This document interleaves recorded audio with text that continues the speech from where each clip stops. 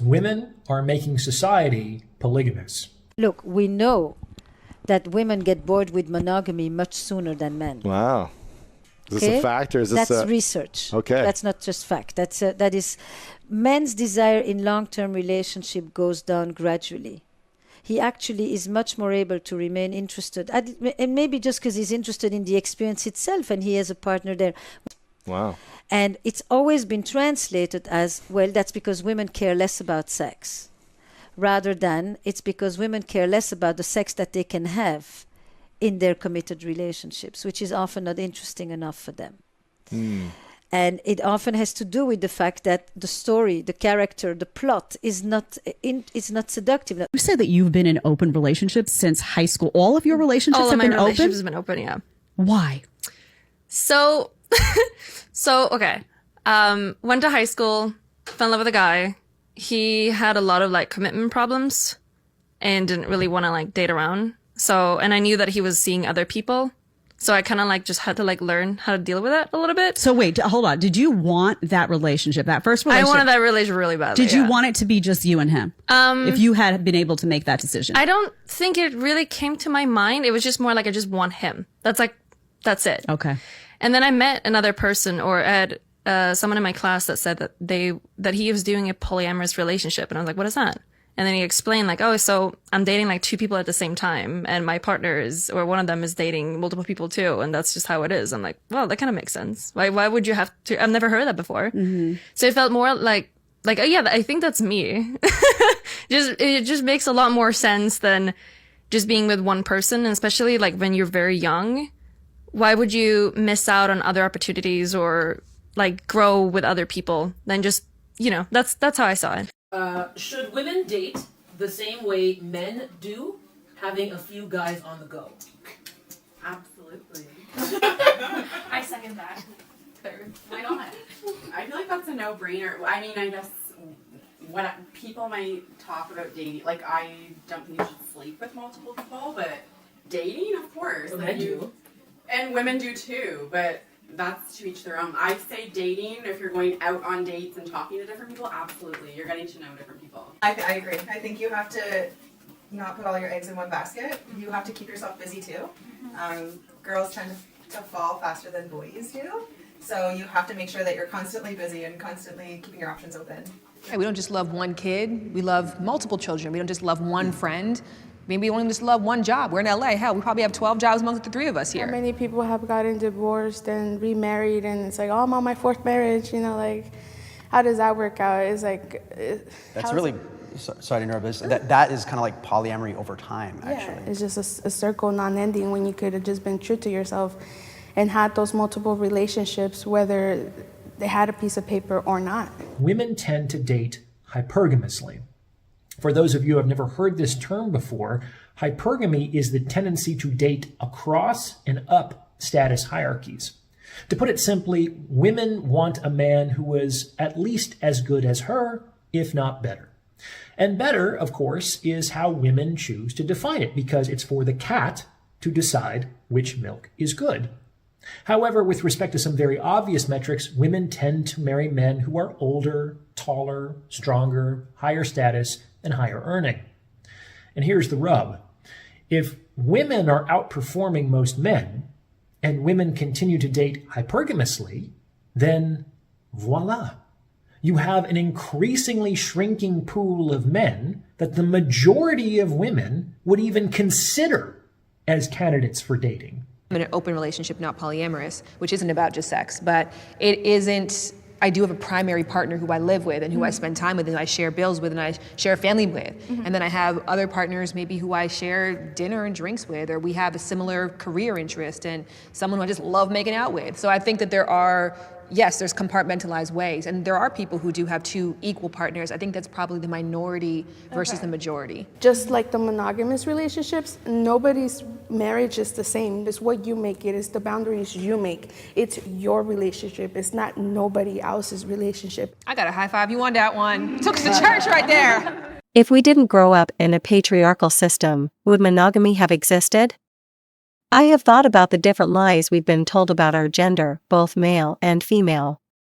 From telling women how to seat to forbidding men to cry. There is nothing like a natural or intimate way to be a man or woman.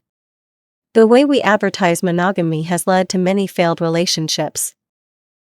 Moreover, monogamy is tougher on women than it is on men. Many women across the world go through the horrors of monogamy every day.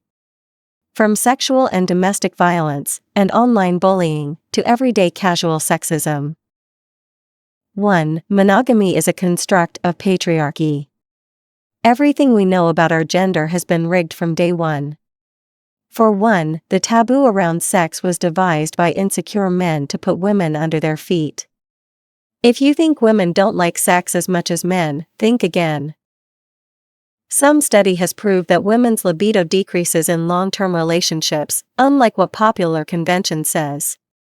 Women need variety, novelty, and sexual adventure every bit as much as men do, and possibly more. And when they don't get it, they shut down sexually. Another study revealed that women reach their sexual peak in their 30s or 40s, while men reach their peak in their early 20s.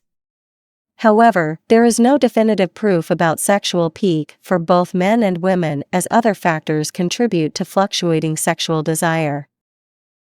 2. Monogamy is unhealthy and unrealistic. The concept of monogamy expects romantic and sexual exclusivity to be in place very early in their relationships, and that they denounce infidelity.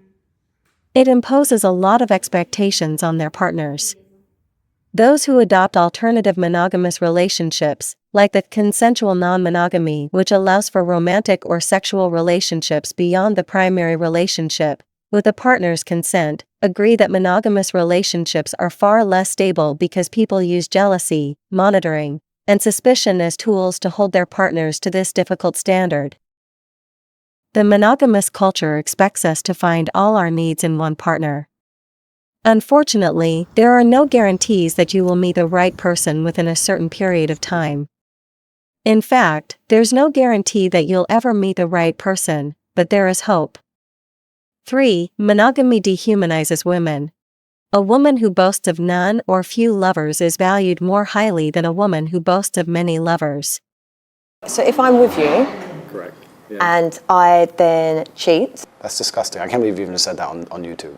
Women can't do that. It's disgusting. women can't do that, so it's a double standard. There's never been a single female who's been celebrated for her promiscuity ever in history. It's always been frowned upon and disgusting. So yes, we are completely and utterly different. Yes, it's different if a woman cheats on a man. We encourage boys and men to play in the field, sow their seeds, and get as many notches on their belts as possible. We idolize men for being Casanovas, while women are vilified for doing the same.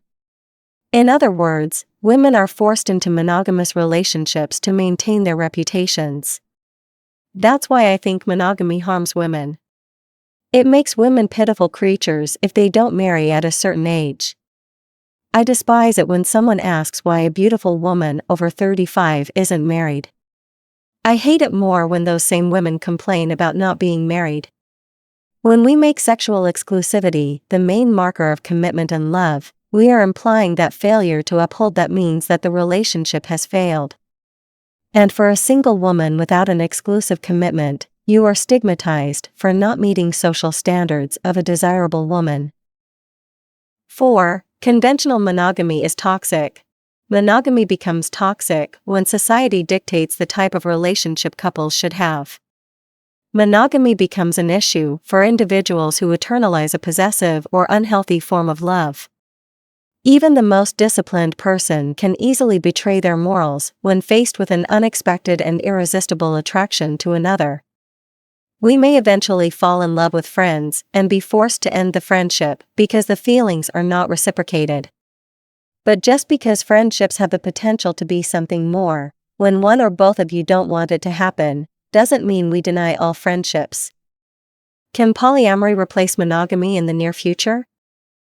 Since we grew up in a culture that equates love and loyalty to one man and one woman, it's very difficult for some people to let go of feelings of jealousy when their partner shows interest in other people.